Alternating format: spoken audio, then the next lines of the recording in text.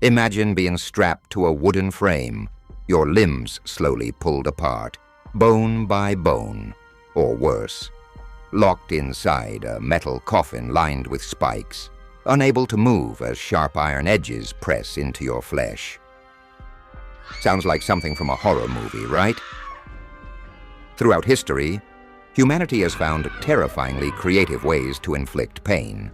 From medieval executioners to ruthless inquisitors, torture wasn't just about punishment. It was about control, fear, and sometimes entertainment. Torture wasn't just about pain. It was a spectacle, and few devices turned agony into a public event like the breaking wheel, also known as the Catherine wheel. This gruesome punishment dates back to medieval Europe. It was used primarily for those convicted of serious crimes like murder, treason, and highway robbery. But this wasn't just about execution. It was designed to make an example out of the condemned. The victim was tied to a massive wooden wheel, their limbs stretched out across the spokes. Then came the real horror. The executioner would take a heavy iron club or hammer and systematically smash the victim's bones, starting with the arms and legs.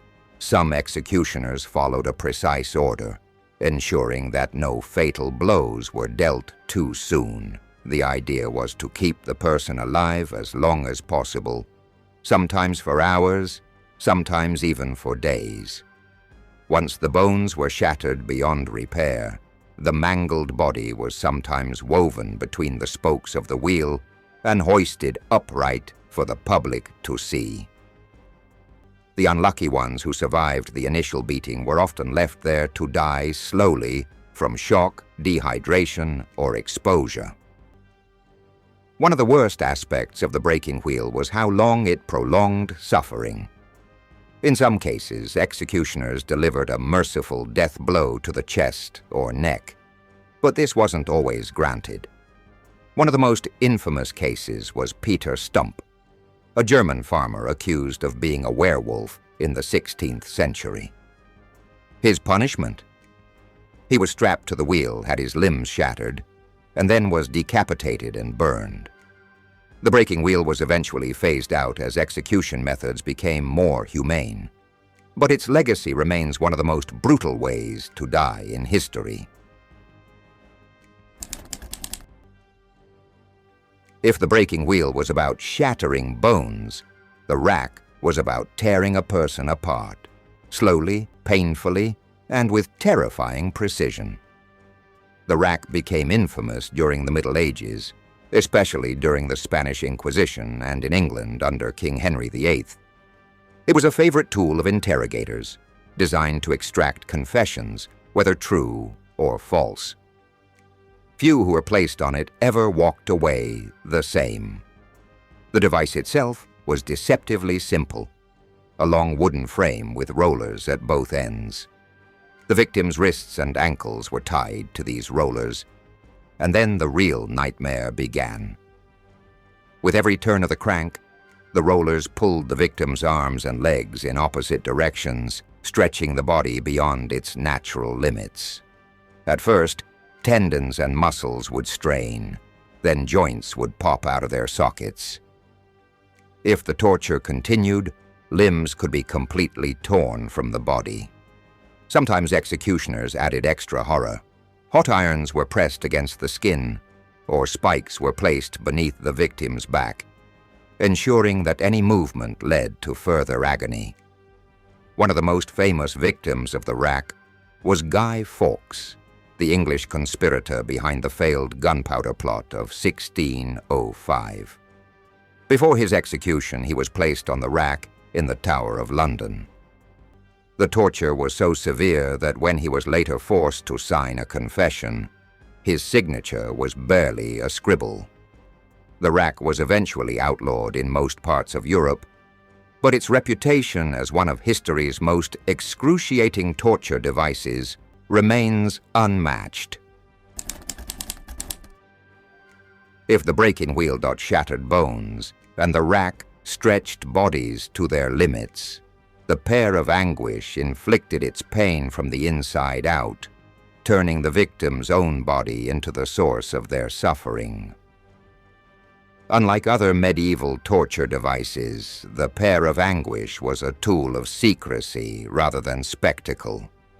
It was believed to have been used during the Spanish Inquisition, in witch trials, and against political enemies. However, its true origins remain somewhat mysterious. Some historians debate whether it was commonly used or simply an exaggerated relic of the past. At first glance, the Pear of Anguish looked like a harmless metal fruit, but in reality it was a deadly mechanical device.